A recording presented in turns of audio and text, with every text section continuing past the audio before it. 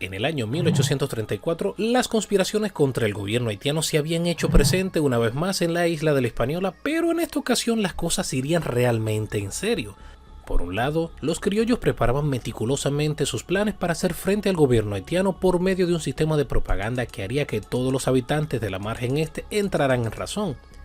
Mientras que en Haití, las familias y agrupaciones más poderosas del sur de esa nación se reunían en secreto con el fin de buscar recursos y socios que estuvieran dispuestos a derrocar el gobierno, de manera que pronto el presidente Boyer se encontraría en las más peligrosas de las situaciones, pues todos sus enemigos habían hecho de lado sus diferencias, se habían puesto de acuerdo y tocaban a su puerta.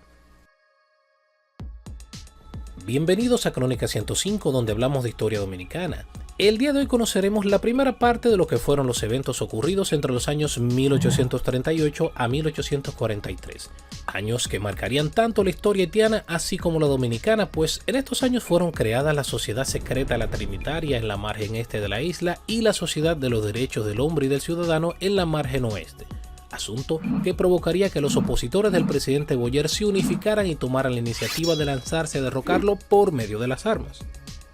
Lo que vendrá a continuación será interesante, por lo que, si quieren aprender más, tomen asiento y disfruten de este espectáculo. Aunque antes de empezar te recomendamos puedas ver las 3 primeras partes de este especial de la dominación haitiana que tenemos en este mismo canal, para que de esta forma puedas comprender la trama que estás a punto de ver. Para el año 1838, la situación para los haitianos resultaba insostenible e inaguantable. Boyer estaba en serios problemas, pues Haití se había convertido literalmente en una bomba de tiempo lista para reventar en su cara. La zona este, donde residía la población de criollos, negros y mulatos, educados a la manera de España, quienes a partir del año 1844 serían llamados dominicanos, era un nido de conspiradores y desobedientes que, a pesar de tener desde el año 1844 a uno de los mejores generales de Haití para mantenerlos bajo control, el general Borgelá, se resistían al dominio haitiano con más intensidad cada día que pasaba.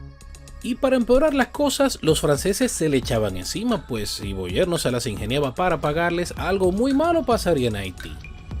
Ante todas estas adversidades, la inteligencia de Boyer y la lealtad de sus hombres sería puesta a prueba. Así que este, con el razonamiento táctico que le caracterizaba, trataría de atacar los problemas uno por uno, por lo que comenzaría con la agricultura.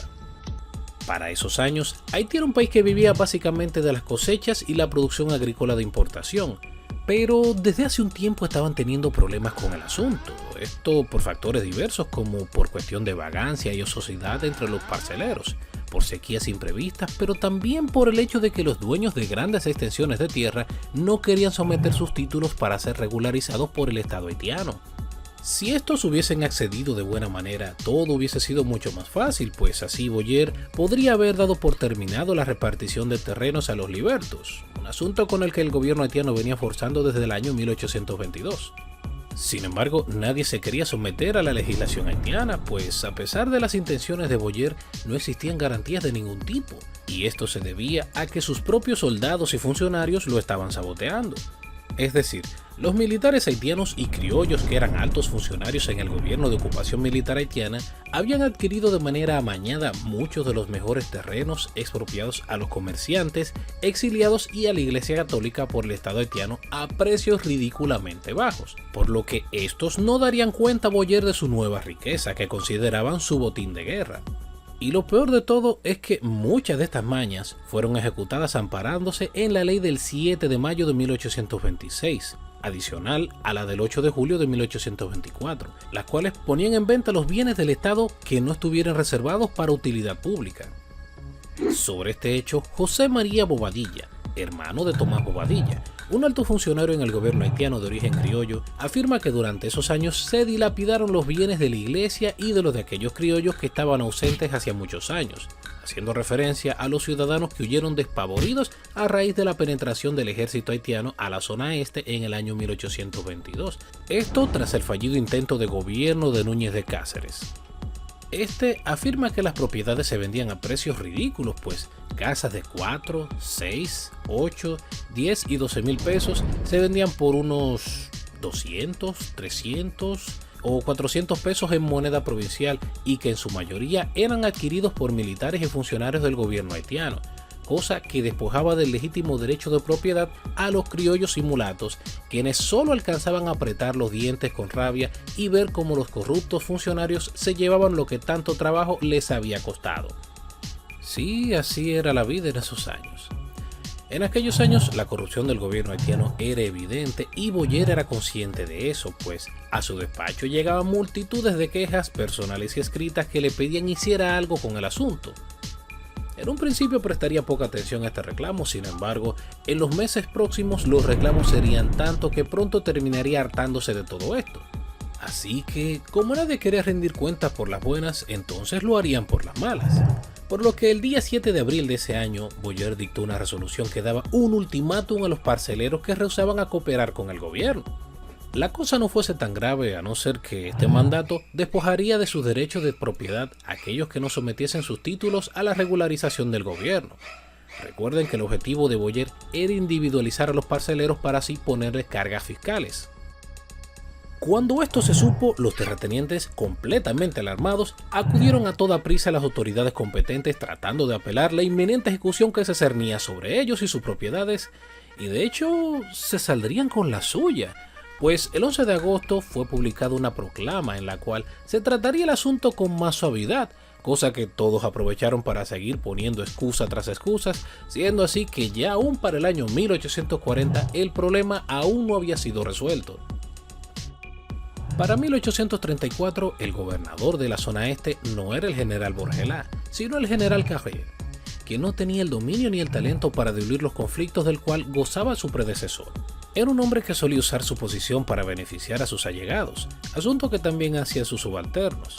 Ese año, este cometería una arbitrariedad que, si bien parecía normal dadas las circunstancias, traería sus consecuencias. Tras la muerte natural del capitán Javier Miura, Carrier trasladó al regimiento 31 a su hijo Samí, lo elevó de puesto y con esto desplazó al oficial Wenceslao de la Concha, quien estaba postulado para ocupar dicha posición como capitán. Esto trajo la ira de muchos de los compañeros de armas, pero irritaría especialmente a un joven de 15 años llamado José María Serra, quien quedaría completamente indignado con el hecho y buscaría la manera de desquitárselos más adelante. Quizá muchos se pregunten qué tiene de relevante un joven de 15 años en esta narrativa, pues presten atención. Esa noche, José iría a su casa lleno de rabia ante el atropello cometido por los haitianos en perjuicio de su compañero. Sería así que pasaría toda la noche del día 17 y 18 de diciembre de ese año escribiendo con letra disfrazada mensajes en contra del gobierno haitiano, incitando a la población a levantarse en contra de esta vil ocupación tan atropellante. Mensajes que en el más sutil de los secretos y burlando la ronda de los guardias haitianos fueron pegados y depositados en distintos lugares de la ciudad colonial. Al día siguiente el escándalo era tremendo. Muchos de los que habían leído el mensaje escrito por José se encontraban escandalizados, pues era bien conocido que los que conspiraban contra el gobierno haitiano eran propensos a morir ahorcados en una ejecución pública, así que todos se preguntaban quién había sido el temerario que había hecho tal cosa. Pero lo más curioso es que lo que realmente llamaba la atención del escrito de José no fue el discurso en contra de los invasores haitianos, sino que el panfleto estaba firmado por el dominicano español. Para los haitianos esto no fue más que otro revoltoso, el cual debía ser arrestado y sometido. Pero la verdad es que a partir de ese momento había comenzado el movimiento de propaganda en contra del régimen haitiano, al cual pronto se incorporó un joven llamado Juan Pablo Duarte, quien había regresado al país en 1831. En aquel momento, ninguno de los dos se imaginaba que sus acciones en contra del gobierno haitiano serían la chispa que dieran inicio a la creación de la República Dominicana.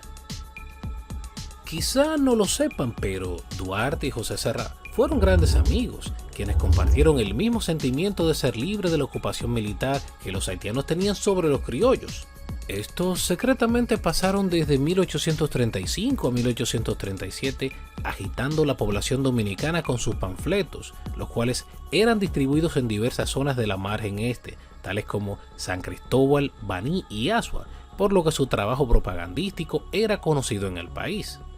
Desde luego, los haitianos habían activado sus servicios desde hace tiempo para dar con el responsable de esta propaganda contra el gobierno, sin embargo no tendrían éxito en sus pesquisas. Aunque antes de seguir, es bueno que aclaremos algunas cosas respecto a Juan Pablo Duarte. Sepan que Duarte había adquirido formación profesional en Europa, pero más que eso, había quedado impresionado por los movimientos liberales que tienen ese lugar en España y en Inglaterra, donde, al igual que en Francia, existían en esos momentos una ola de liberalismo político tremendo donde todos los movimientos proclamaban por la democracia y los derechos de los ciudadanos. Algo simplemente fantástico para aquella época. Pero tras haber vuelto a su tierra natal en el año 1831, Duarte había quedado horrorizado por las condiciones en las que sus seres queridos vivían producto del sometimiento militar de los haitianos. No es un secreto para nadie que Duarte era un hombre de principios y sumamente valiente que albergaba en sus entrañas el deseo de tomar las armas y expulsar a los invasores, aunque de momento debía manejarse con mucho cuidado, pues manifestarse abiertamente contra el gobierno haitiano no era algo muy inteligente, ya que era costumbre de los haitianos llevar a la horca o encarcelar por años a los conspiradores, así que mantendría un perfil bajo para no levantar sospechas. Esto es algo que debió hacer entre sus planes de conspirar contra la ocupación haitiana y sus obligaciones, pues si han seguido esta serie han de recordar que el servicio militar era obligatorio en la zona este para los jóvenes entre 16 a 25 años, y para aquel entonces Duarte tenía unos 21, por lo que tuvo que hacer acto de presencia en la Guardia Haitiana, siendo así que en el año 1834 sería alistado con el rango de cabo, asunto que le permitió conocer a sus contrarios más a fondo. Como era de esperar, su preparación y autodisciplina le llevaron a ser ascendido rápidamente en el ejército haitiano, por lo que para el año 1842 ya había alcanzado el grado de capitán, y tan solo un año después, en 1843, había sido ascendido a grado de coronel, y tras la proclama de la independencia de la República en el año 1844 sería ascendido al grado de general de brigada, así que han de hacerse una idea qué clase de persona era Juan Pablo Duarte. Aunque no nos precipitemos, de momento volvamos a 1831. Para mantener las apariencias de sus operaciones clandestinas, Duarte junto a Serrat asistían a clases de latín, geografía, música, historia, matemática y dibujo que le permitieron completar su formación y compenetrarse con sus compañeros de estudios, quienes convenientemente compartían su visión independentista, por lo que rápidamente formaron parte de las operaciones propagandísticas en contra del gobierno haitiano. Este grupo se manejaba con eficiente inteligencia, ya que a la hora de hacer sus movimientos se hacían valer de seudónimos para no ser reconocidos, siendo elegido para Juan Pablo Duarte el de Arístides.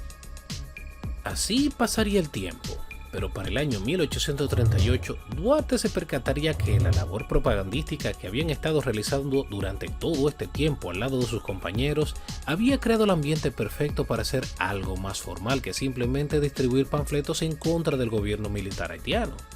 Fue de esta manera que, tras coordinar un modo de operar y un objetivo en concreto, el día 16 de julio de 1838 a las 11 de la mañana en la ciudad de Santo Domingo, para ser exacto, en la calle del Arquino, que luego se llamó Santo Tomás número 255, frente a la iglesia Nuestra Señora del Carmen, en la modesta casa de la señora Josefa Pérez de la Paz, a quien apodaban cariñosamente como Chepita. Juan Pablo Duarte, reunido en el más absoluto de los secretos junto a sus compañeros Juan Isidro Pérez, Pedro Alejandro Pina, Félix María Ruiz, José María Serrat de Castro, Juan Alejandro Acosta, Felipe Alfao, Nepomuceno Ravelo, Benito González y Jacinto de la Concha, crearía un grupo clandestino, el cual llamaron la Sociedad Secreta La Trinitaria. Estos operarían desde las sombras y desde ellas procurarían proclamar una nueva república, la cual libertaría a los criollos del yugo haitiano. Una vez juntos, todos pronunciaron el siguiente juramento: en nombre de la Santísima, Agustísima e Indivisible Trinidad de Dios Omnipotente, juro y prometo por mi honor y mi conciencia, en manos de nuestro presidente Juan Pablo Duarte, cooperar con mi persona, vida y bienes a la separación definitiva del gobierno haitiano y a implantar una república libre, soberana e independiente de toda dominación extranjera, que se denominará República Dominicana, la cual tendrá un pabellón tricolor en cuartos encarnados y azules atravesados por una cruz blanca. Mientras tanto, seremos reconocidos los trinitarios con las palabras sacramentales Dios, Patria y Libertad. Así lo prometo ante Dios y el mundo. Si tal hago, Dios me proteja y de no me lo tome en cuenta, y mis consocios me castiguen el perjurio y la traición si los vendo. A continuación, Juan Pablo Duarte pronunció las siguientes palabras: "No es la cruz el signo del padecimiento, es el símbolo de la redención.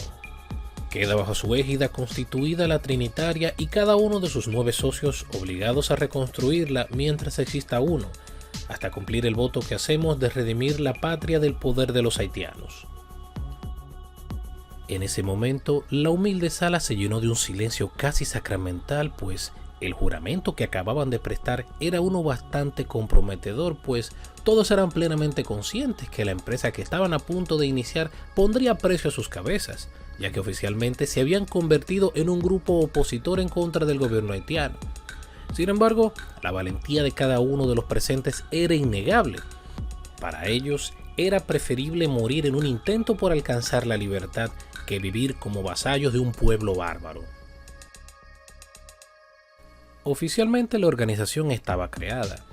Ahora había que buscar fuentes de ingresos, pues obviamente las operaciones tendrían sus costos. Así que los miembros de la sociedad reunieron unos cientos y tantos de pesos y se los entregaron a Duarte para que los invirtiera en el negocio de su padre, asunto que sería el disfraz perfecto. De estos se usarían las ganancias de este pequeño capital como cuenta de gastos corrientes de la sociedad. Por igual, los trinitarios se dividirían en grupos de 3 miembros que irían por todos los pueblos del país, dando a conocer sus manifiestos en contra del gobierno haitiano y reclutando cada vez más adeptos que les apoyarían en su causa. Desde luego, esto debía manejarse con mucha cautela, pues estamos hablando de un pequeño grupo de idealistas jóvenes deseosos de luchar por la libertad contra un ejército profesional armado y bien entrenado, por lo que de momento se verían limitados a seguir con su labor propagandística en contra del gobierno haitiano, pero con la ventaja que ahora estaban reclutando silentemente más miembros a su causa, de manera que estaban cubriendo más terreno, asunto que intensificaría la búsqueda de los soldados haitianos por ellos, pero a diferencia de otros grupos separatistas, esta hermandad era sumamente leal a su juramento y tuvo gran aceptación entre los jóvenes de la época, especialmente en los jóvenes de la ciudad de Santo Domingo, asunto que contribuyó a que los soldados haitianos no encontraran a nadie dispuesto a compartir información con ellos. Deben saber que en aquellos años el honor era lo más valioso que un hombre tenía, así que dar su palabra o comprometerse con una causa equivalía a firmar un contrato, el cual debería ser respetado y cumplido por este. Es bueno que sepan que el liderazgo de Juan Pablo Duarte era incuestionable. De hecho, era tal que las personas le seguían sin vacilar. Pero esto tiene un motivo, y es que Duarte era un ejemplo de vida.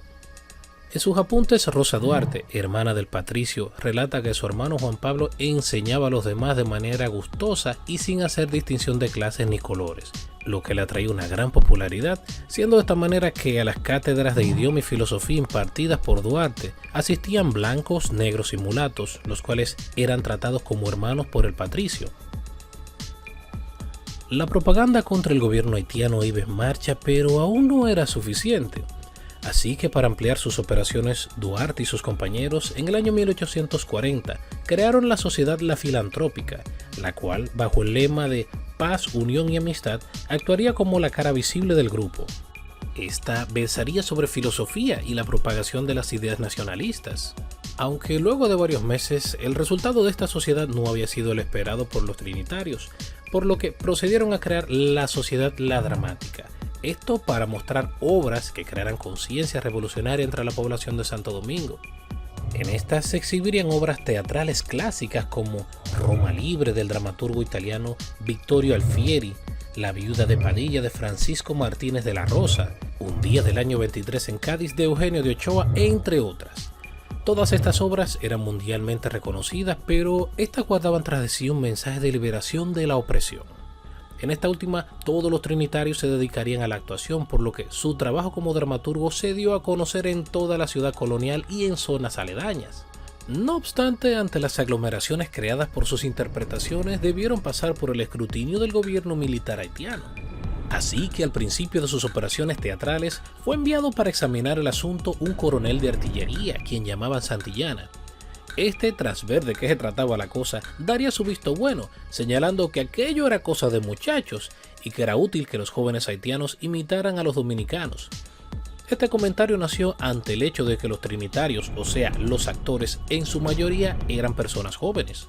De hecho, sus obras eran un gran entretenimiento para la ciudad, por lo que blancos, negros y mulatos les frecuentaban para ver sus actuaciones.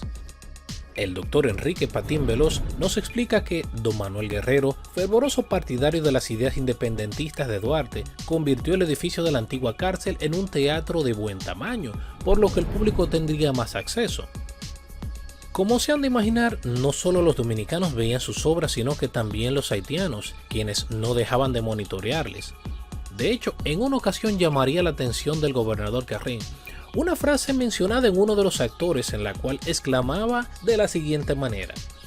"Me quiere llevar el diablo cada vez que me piden pan y me lo piden en francés". Así que envió a uno de sus ayudantes para revisar el guión de la obra y en efecto estas palabras estaban escritas, así que se salvaron de ser censurados y arrestados. Recuerden que en aquellos años el teatro era lo máximo, era uno de los oficios mejor valorados y aceptados en la sociedad. Así que dentro del repertorio de obras presentadas por los trinitarios, dos de ellas encontraron eco entre los espectadores del público, quienes percibieron claramente el mensaje oculto en las mismas, ya que en ellas se denunciaba la opresión de un pueblo por otro. Sin embargo, esta solamente era una parte de las operaciones, pues además de las obras teatrales también estaba la distribución de mensajes en contra del gobierno. Ya hemos hablado del riesgo que significaba ser miembro de la sociedad secreta la trinitaria. Por ejemplo, en abril de 1842 viajaron a Baní dos trinitarios, Pedro Alejandro Pina y Pedro Valverde y Lara, quienes se encontraban en labores propagandísticas en ese pueblo y en San Cristóbal. Estos tuvieron que salir huyendo a toda prisa de Baní, pues su presencia allí había despertado sospechas entre los simpatizantes de Boyer, quienes lanzaron pasquines denunciando que había un grupo de dominicanos que quería levantarse en contra del gobierno para anexar la parte este nuevamente a la Gran Colombia, y que además pensaban esclavizar nuevamente a los negros del país, por lo que todo el mundo se escandalizó. Y aquí debo hacer una pequeña aclaración.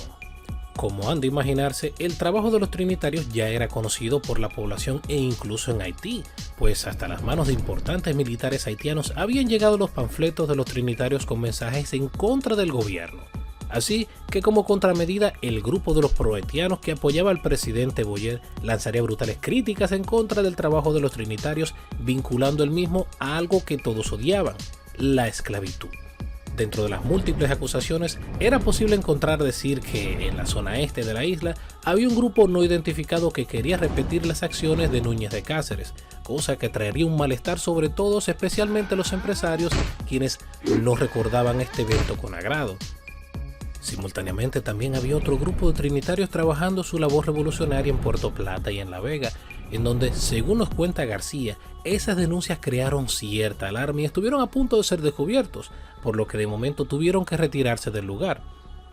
Pero los trinitarios no sería el único grupo que tomaría la iniciativa de ir en contra del gobierno de Boyer.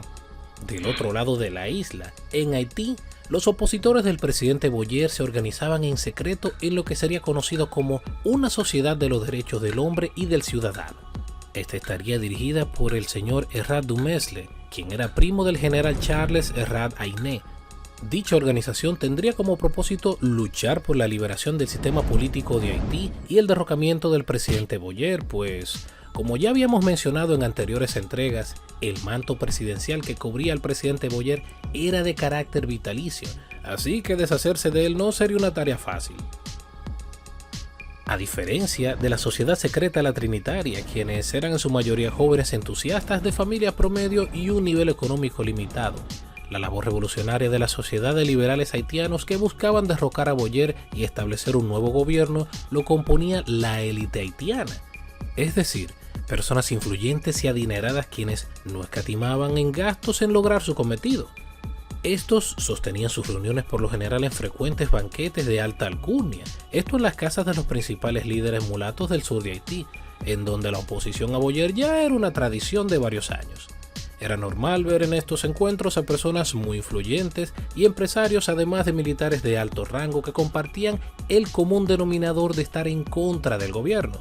Estos llamados banquetes patrióticos se celebraban frecuentemente en Jérémie y en Les Cayes, o Los Cayos traducido al español, lugares donde la figura de Boyer no era grata. En ellos, los líderes de la oposición haitiana solían agasajar a los pequeños empresarios y propietarios de terreno y otros elementos que pudiesen aportar valor al movimiento en contra de Boyer. Estos, luego de los encuentros sociales, solían ser visitados en sus propias fincas por los antiboyeristas, en donde también celebraban reuniones y brindis. Era en esos momentos donde solían ser reclutados por los conspiradores, teniendo mucho éxito en el asunto, así que cada día que pasaba los opositores al gobierno de Boyer eran más y más. Esta situación traería consigo la peor de las crisis a las cuales el gobierno de Boyer había tenido que enfrentarse desde el asedio hecho por los franceses a Puerto Príncipe, pues con el apoyo y los recursos amasados, la revolución haitiana habría tomado la iniciativa y marcharía con un gran ejército hacia la capital para derrocar a Boyer. Ante esto, el presidente haitiano dispondría que sus tropas avanzaran para hacer frente a los revolucionarios, asunto que haría que Haití se manchara con un rojo intenso dado por la sangre de los combatientes. Mientras, en la margen este, como un derivado de los eventos ocurridos en Haití, un grupo de revolucionarios que apoyaban el movimiento de la reforma se enfrentarían a un feroz tiroteo contra las fuerzas leales al gobierno del presidente Boyer, enfrentamiento en el cual varios perdieron la vida. En este altercado, resaltaría un joven criollo que abría fuego sin piedad contra las fuerzas de Boyer, al tiempo que ordenaba a sus compañeros no retroceder un solo paso. Su nombre, Juan Pablo Duarte y Díez. Pero el resto de esta historia se las contaré en una próxima parte. Si este video te gustó, apóyanos suscribiéndote a nuestro canal. Así mantendremos viva la historia de la República Dominicana. Y hasta aquí nuestras curiosidades por el día de hoy, esperando que haya sido de su agrado. Yo soy Héctor y nos veremos en una próxima entrega. Hasta pronto, compañeros.